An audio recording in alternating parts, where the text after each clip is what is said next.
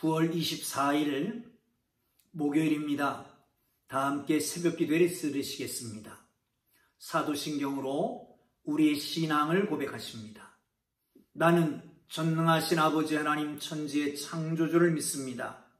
나는 그의 유일하신 아들 우리 주 예수 그리스도를 믿습니다. 그는 성령으로 잉태되어 동정녀 마리아에게서 나시고 본디오 빌라도에게 고난을 받아 십자가에 못 박혀 죽으시고 장사된 지 사흘 만에 죽은 자 가운데서 다시 살아나셨으며 하늘에 오르시어 전능하신 아버지 하나님 우편에 앉아 계시다가 거기로부터 살아있는 자와 죽은 자를 심판하러 오십니다. 나는 성령을 믿으며 거룩한 공교회와 성도의 교제와 죄를 용서받는 것과 몸의 부활과 영생을 믿습니다. 아멘. 찬송가 200장을 찬송드리십니다.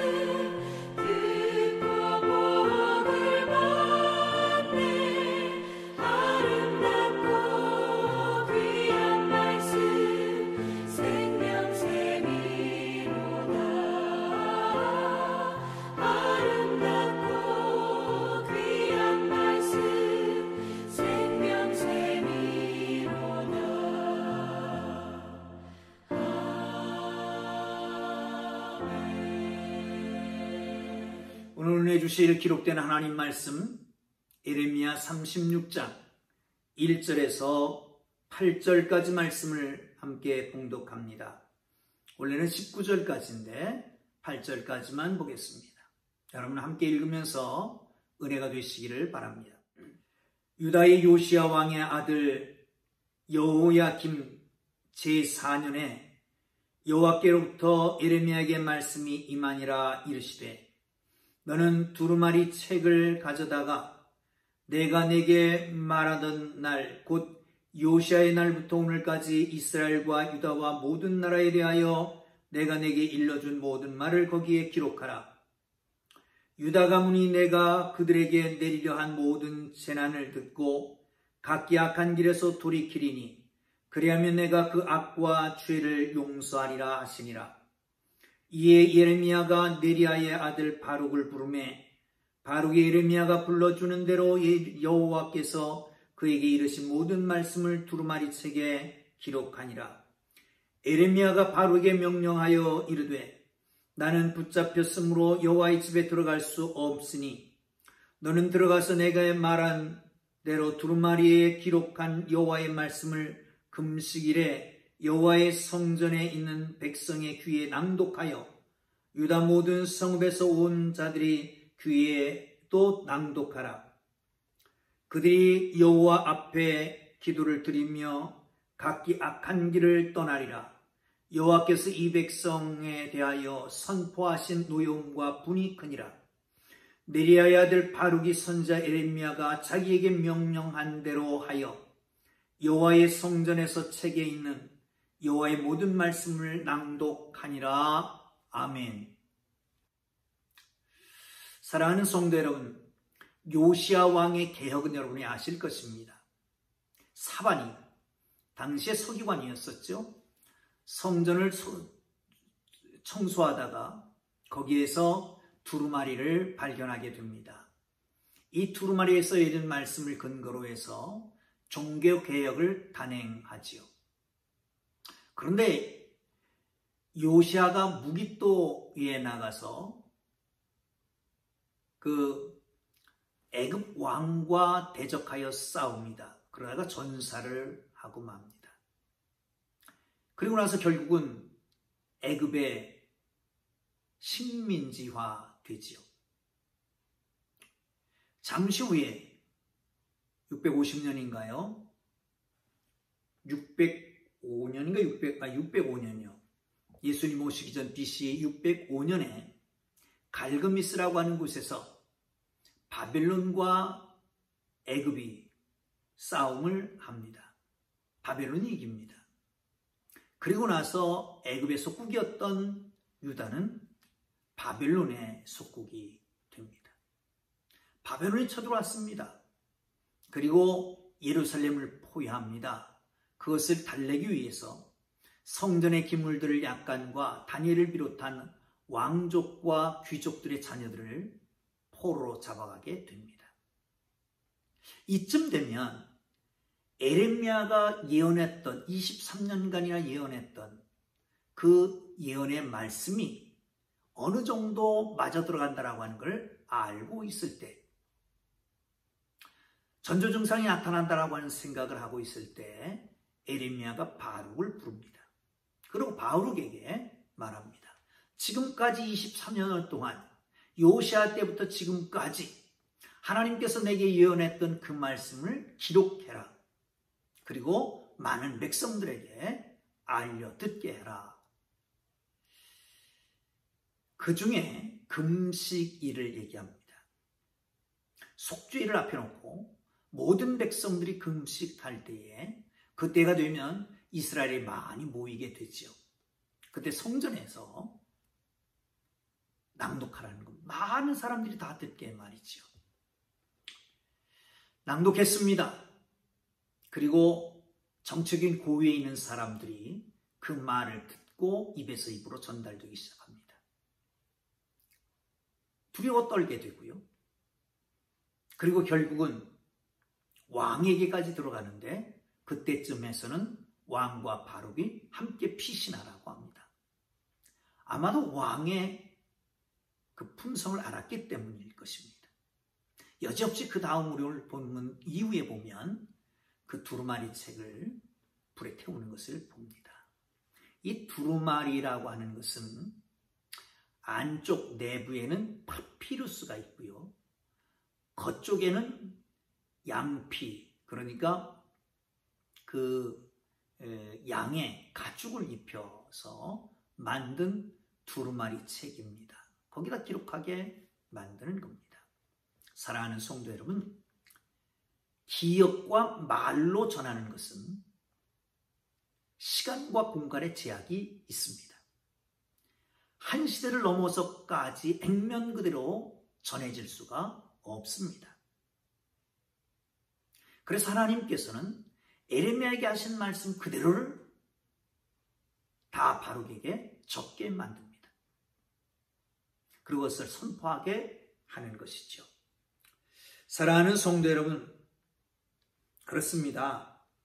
우리가 하나님을 볼 수는 없습니다. 그러나 하나님은 알 수 있잖아요. 어떻게 가능할까요? 쓰여진 말씀을 통해서 가능합니다. 아마도 이때에 에레미야에서의 거의 모든 것을 기록해 놓았을 것이라고 생각합니다. 사랑하는 성도 여러분, 그렇습니다. 이 말씀은 에레미야가 받은 것이고 바룩이 기록한 것이고 바룩에 대해서 선포한 말씀은 온 이스라엘 유다 백성이 다 듣기를 원했던 것입니다. 우리 모두가 이 말씀을 듣고 이 말씀을 하루 새기고 이 말씀 가운데 거하기를 주님의 이름으로 축복합니다. 또 한 가지 우리가 기억해야 될 것은 이 말씀을 왜 기록해야 되는 거죠? 3절을 한번 봅니다. 유다의 가문이 내가 그들에게 내리려 한 모든 재난을 듣고 각기 악한 길에서 돌이키리니 그리하면 내가 그 악과 죄를 용서하리라 하시니라. 하나님의 에레미야를 통해서 하신 말씀, 계속해서 듣지 않고 거부하고 고집 피우던 그 말씀이 이제라도 써서 다시 한번 선포하면 그들이 듣고 회개하고 돌아올 것 같아서, 그럼 다시 용서하려고 하는 하나님의 사랑이 그 안에 깃들어 있는 것이죠. 사랑하는 성도 여러분, 우리가 회개하려면, 아니 그 전에 구원 얻기 위해서는 믿음과 회개가 중요합니다. 그런데 회개하려면 어떻게 하면 회개할 수 있을까요? 첫째는 내가 죄인이라고 하는 것을 자각하는 겁니다. 나는 죄인으로서이다 자각하는 거지요. 마치 갈릴리 해변에서 예수님을 만나서 많은 물고기를 잡고 예수님 앞에 무릎을 꿇고 나는 죄인으로서이다 나를 떠나소서 했던 베드로의 고백 같은 그런 고백이 있을 때에 그때부터 회개가 일어나는 거예요. 구원이 그 집에 이르는 것이죠. 그러면 내가 죄인이라고 하는 것을 어떻게 자각할까요? 첫째는 하나님을 인격적으로 만나는 것입니다. 기도하는 중에, 말씀을 듣는 중에, 예배하는 중에, 찬양하는 중에 인격적으로 하나님을 만나시기를 바랍니다. 또 한 가지는 하나님의 말씀을 통해서 자신을 직면하는 것입니다. 성경은 마치 거울과 같아서 우리를 비추어 보게 만듭니다. 그렇잖아요? 거울이 없으면 우리의 머리카락이 어떻게 흩어졌는지, 화장이 지워지진 않았는지, 루즈가 번지진 않았는지 어떻게 알겠습니까? 거울이 있으니까 아는 거죠. 말씀은 거울과 같아서 우리의 모습을 비추어 줍니다. 그러기 위해서 하나님께서 이 바룩에게 말씀을 써서 선포하라고 하는 것입니다. 여러분, 하나님의 말씀이 거울이 돼서 여러분의 모습과 심령 깊숙한 곳을 비춰주심으로 날마다 우리의 연약한 부분, 죄악된 부분, 더러운 부분, 취한 부분을 씻고 정결케 하고 하나님의 거룩한 은혜로 주님 닮아가기를 바랍니다. 이 말씀은 바룩이 선포합니다. 에레미야는 옥에 갇혔고요. 바룩이 선포하게 됩니다. 그걸 듣고 고관들이 깨닫기 시작하는 거지요. 여러분, 중요한 것은 말씀을 선포하는 것에 중요한 것은 누가 선포하느냐, 바룩이냐, 에레미야냐가 중요하지 않습니다. 선포된 하나님의 말씀이 중요한 것입니다. 아니, 선포하는 도구인 선포자가 정결하고 깨끗하고 인격적으로 인정받는 사람이 선포한다면 더욱 좋겠지요. 그러나 어떤 때 보면 우리 스스로를 생각해도 한심하기 그지없습니다. 그러나 문제는 내가 내게 보기에 한심할지라도 하나님의 말씀을 선포하면 그 말씀 속에 하나님의 능력이 있고 그 말씀이 하나님의 말씀이기 때문에 그 말씀을 듣는 사람에게 변화가 일어나고 하나님의 일은 그때부터 시작되는 것이죠. 하나님의 말씀을 보고 하나님의 말씀을 듣고 하나님의 말씀을 통해서 회개가 일어나고 믿음이 생기고 그리고 구원의 역사가 나타나기를 주님의 이름으로 축복합니다. 그렇잖아요.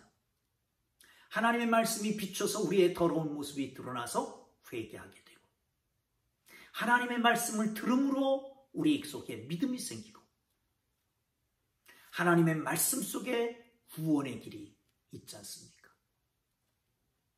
하나님의 말씀을 통해서 이런 놀라운 역사가 일어난 축복된 삶이 있기를 주님의 이름으로 축복합니다. 자, 하나님의 말씀이 이제 낭독됩니다. 고관들이 그 말을 듣게 되지요. 계속해서 입에서 입으로 전달됩니다. 마지막에는 왕에게까지 보고됩니다. 그런데 왕은 말씀에 반응하지를 않습니다. 그의 마음이 다른 어떤 것에 있기 때문에 그렇습니다. 그의 눈과 귀, 마음이 열려지질 않아서 그렇습니다. 그래서 말씀이 도달하지 못하는 것입니다. 아마도 자존심, 허영심이 아니었을까 하는 생각도 해봅니다. 하나님의 말씀은 순전하고 온전합니다. 그러나 듣는 사람이 받아들이지 않으면 그 사람은 결코 변화되지 않는 것입니다. 우리 속에 말씀을 막는 불순물이 뭐가 있습니까? 그거를 제거해야 됩니다. 샅샅이 살펴봐야 됩니다. 그리고 그것을 제거해야 말씀이 우리 속에 임하는 겁니다. 예수님의 비유 가운데 마음밭의 비유가 있잖아요. 돌짝밭도 있고 가시떨기도 있고. 사랑하는 성도 여러분, 돌짝밭도 있고 가시떨기도 있고 그렇지만 옥토 같은 마음밭이어야 되잖아요. 이 모든 것을 걸러내고 태워버리고 하나님의 은혜와 능력이 나타나기를 바랍니다. 자, 19절을 한번 볼까요? 시작. 이에 고관들이 바로게 이르되 너는 가서 예레미야와 함께 숨고 너희가 있는 곳을 사람에게 알리지 말라. 그렇습니다. 말씀이 중대함과 파급력 알아챈 고관들은 예레미야와 바룩을 숨기지요. 그들은 왕이 어찌 반응할지를 알고 있었기 때문에 그렇습니다. 고관들의 예상대로 여호야김 왕은 악하고 고집을 꺾지 않습니다. 사랑하는 성도 여러분, 성경에서 사람이 망하는 이유는 어떤 것이라고 말합니까? 미련함과 우둔함이라고 말합니다. 그런데 여기 우둔함이라고 하는 것은 고집을 얘기합니다. 고집. 구약에 보면 놋뱀을 달고 그걸 보는 사람은 불뱀의 독에서 해독이 됩니다. 그런데 끝까지 고집 부리고 보지 않았던 사람이 있습니다. 결국은 그렇게 망해버리고 말지요. 여러분, 악을 버리지 않고 고집하면 결코 망하는 길밖에 없습니다. 피할 길이 없는 것입니다. 여러분의 마음을 돌아보십시다. 하찮은 고집 버립시다. 여러분 마음을 돌아봅시다. 자존심, 허영심 벗어버립시다. 하나님 앞에 순전하게 서야 할 것입니다. 하나님의 말씀은 분명합니다. 그러나 그 마음에 거부한 말씀을 거부한 만큼 우리 속에 죄악도 역시 견고하기 때문에 문제입니다. 하나님의 말씀을 받기 위해서 필요한 것이 있습니다.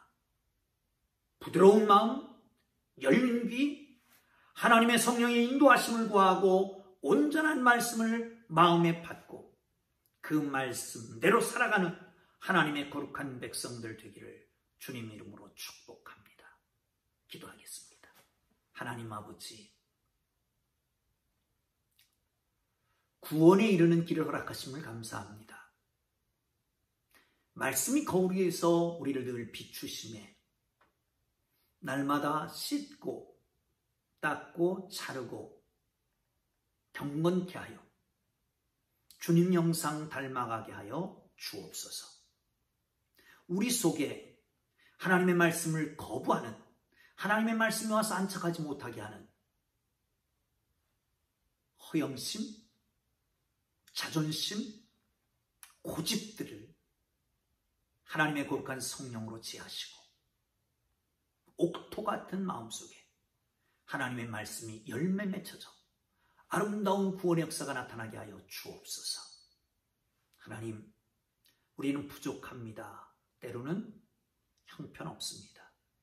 그러나 우리 마음을 열어서, 입을 열어서 말씀을 받고 말씀을 전하는 하나님의 도구를 되게 하여 주옵소서. 우리를 통해서 하나님의 나라를 이루어가는, 하나님의 역사가 시작되는 출발점이 되게 하여 주시기를 원합니다. 예수님 귀하신 이름으로 기도합니다. 아멘.